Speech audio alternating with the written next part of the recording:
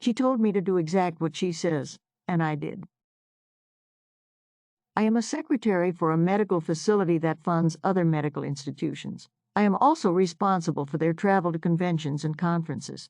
There is a very large, very highly attended conference held each year, which our medical professional staff are invited as presenters.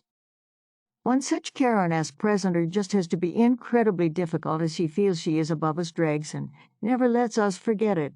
As a presenter, they are given certain hotels that are reserved for them at a reduced rate. However, most are nowhere near the convention site, and they end up paying a crap load of money to cabs. No Uber at the time. I set up the travel for at least 10 folk when I realized that by a loophole I can book them into the hotel where the conference is held. So I do that instead of allowing the conference coordinators to book them in heaven nowhere at the last minute, which they are prone to do. Karen come up to me and demands that I only book her into the hotels listed by the conference coordinators, and if I don't, she will have me written up. So that's what I did. The day before they all leave for the conference, which was clean across the country on the West Coast, Karen found out she was not only the only one not booked in the conference hotel, but she was 9 miles away near the airport, and no, there were no more rooms available at conference hotel. She was hopping mad and stormed to my desk screaming about my putting her in a faraway-to-star hotel. I looked at her and calmly stated that she was in one of the 3 hotels the conference coordinators reserved for her, and she distinctly instructed me to only select those hotels and nothing else. He ended up spending more than $70 in cab fare too, and from the hotel to the venue, while everyone else only had to go downstairs from their hotel rooms. She almost missed giving her presentation because she was late. After that, when I booked everyone for a trip, Karen no longer demanded I give her special treatment and lets me use my judgment when booking hotels. And I want to thank everyone who responded, and especially those who gave me all of the many awards.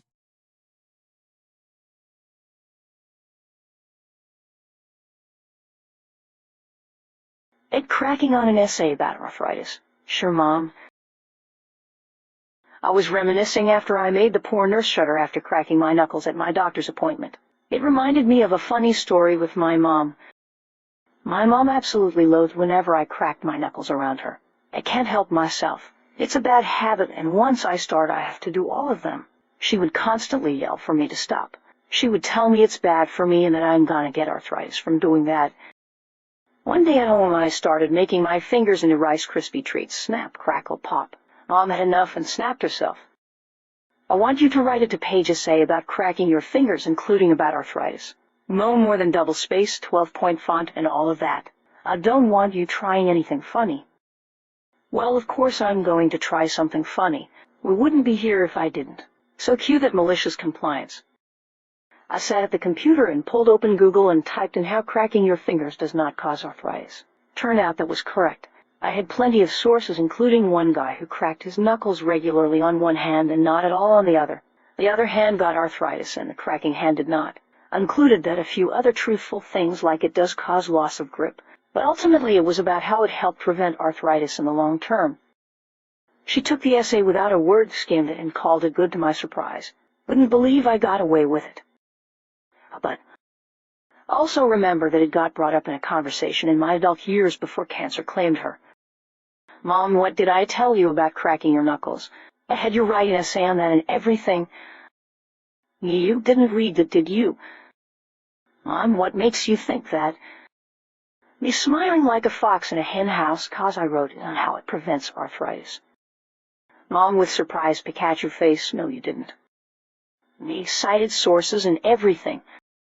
Mom, you brat. Apple doesn't fall far from the tree.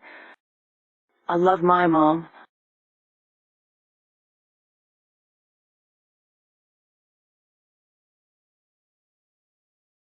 The law is the law. This was originally posted as a comment, but someone suggested I make it its own post, so I've edited it slightly. I once hosted an event in a bar. It was a kind of celebration for police trainees, new recruits, that kind of thing. Anyway, as I was busy slaving away, pouring drinks, etc., this one woman who was absolutely full of herself was watching me pour measures for another customer, making comments about the amount of ice in drinks, how I was using the wrong glass. I wasn't, and other obnoxious comments about how she was waiting to be served and she was here first. She wasn't. I was pouring some spirits, and for those who don't know, they come in standard sizes of 25 ml for singles, 50 ml for doubles, etc. I reached the end of the bottle as I was pouring the whiskey and there was a tiny drop left, so I just poured those few extra ml into the glass, which you shouldn't really do, but who cares, right? Anyway, she gets up in my face about how it's technically illegal to pour extra measures, and that the law is the law and I should follow the law to the letter. I tried to brush it off and ignore her and carried on serving other customers. But there she was commenting on pretty much everything I was doing, and as everyone who has worked in customer service, you know how annoying it is to have everything scrutinized and commented on as though we're nothing but a useless piece of shit. It comes to her turn and she asks for an alcoholic beverage. So using my limited powers, I ask her for her ID. She goes bright red in the face and stutters something about being old enough to be in the police. I tell her, sorry, if you don't have ID, I can't legally serve you. The law is the law after all. Lo and behold, she didn't have ID and had to settle for lemonade. Edit, thanks for the rewards. Meg edit, holy shit, thanks for the rewards and uploads. Love you all. Super edit, please no more rewards. Go do something nice for someone, buy a stranger a coffee or something.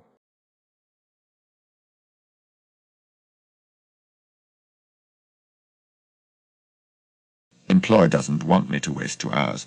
They waste 40 instead. A number of years ago, I worked for a small, fairly local outsourcing company. I was assigned to work with a particularly high-profile client of theirs. The client's office was just around the corner from my employer, but my employer insisted that I remain within their own offices to work, so the client provided me with a laptop to use that connected to their network remotely. It's important to note that whilst the client were decent, my employer had a totally fear-based management culture. The managers wanted eyes on the employees at all times because they assumed people would slack off given half the chance. After almost a year of working there, I got a call from the client notifying me that my client-given laptop needed some critical updates, and I would have to bring it in so IT could apply the updates locally. All sounded very reasonable to me. I brought this to the attention of my manager and advised I would be out of the office for a while, so I could take my laptop to the client site around the corner for critical updates. No bueno. My manager ignored everything about the critical updates part and focused instead on the out of our office for 2 hours part. They insisted that they knew I had a remote connection to the client's office, so any updates could be applied without me needing to leave and take my laptop anywhere. I got the impression they thought I was lying to get some free time off. I decided that this had the potential to teach my employer, the managers, a great lesson about not trusting their own employees. Like the model employee I was, I shrugged, you know best, boss, and complied with their request, continuing working as usual, until the following morning when I switched on my laptop and nothing would work. The machine refused to connect to the client's remote network. The various software applications I used for my job also wouldn't run due to the lack of connection. Error messages flashed up on every file I tried to access, warning that my credentials had been blocked. I was left holding a very expensive brick. My manager was livid when I explained I couldn't do any work. They clicked around on my laptop trying to fix it themselves, but there was no other solution to be had. They sent me around the corner to the client's office so I could hand in my laptop to IT. I took my time enjoying a coffee and breakfast in the client's on-site cafe whilst IT worked on my laptop. But when I went to check on it after an hour, I believe the client IT manager's words were, "It's fucked." The critical update mentioned before was intended to repair something wrong with the way the remote connections worked. When my machine didn't get the update, it lost connection with the client's network, and immediately locked me out of everything, effectively blacklisting my credentials. IT manager explained that they would have to build me an entirely new machine and set up new accounts, a process that would take about a week to ensure everything filtered through correctly and could be tested.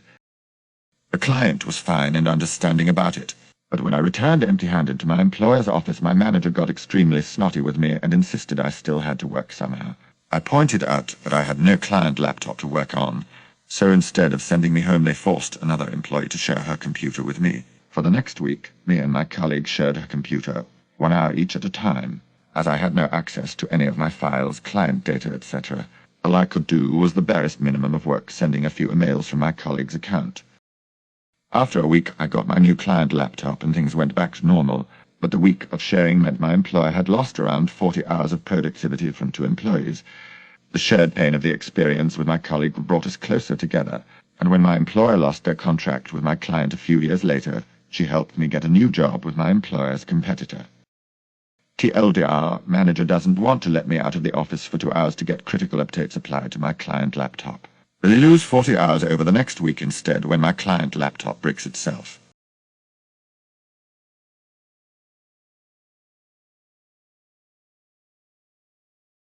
Check out my other incredible videos.